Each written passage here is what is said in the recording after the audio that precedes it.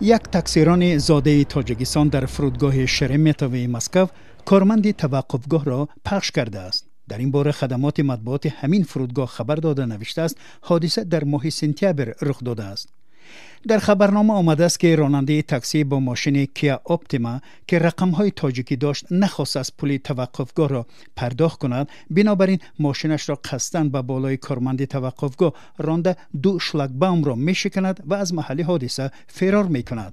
کارمند فرودگاه جراحت برداشته است. راننده تاکسی را خود همان روز بازداشت کردند. در نسبت او پرونده جنایی باز شده است.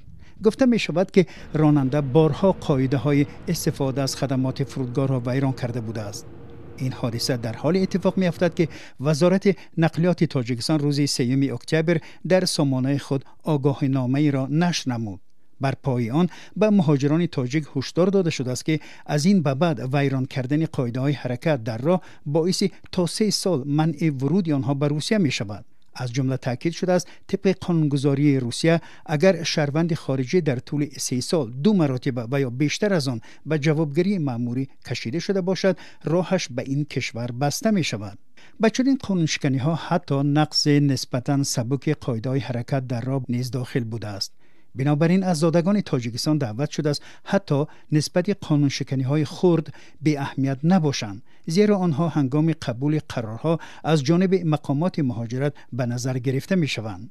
ضمناً روز 2 اکتبر ریاست وزارت امور داخلی منطقه خودمختار خانت-منسیسک خبر داد که بیش از 150 مهاجر از جمله شهروندان تاجیکستان از این منطقه برای نقض قاعده های بود و باش در روسیه اخراج کرده شدند.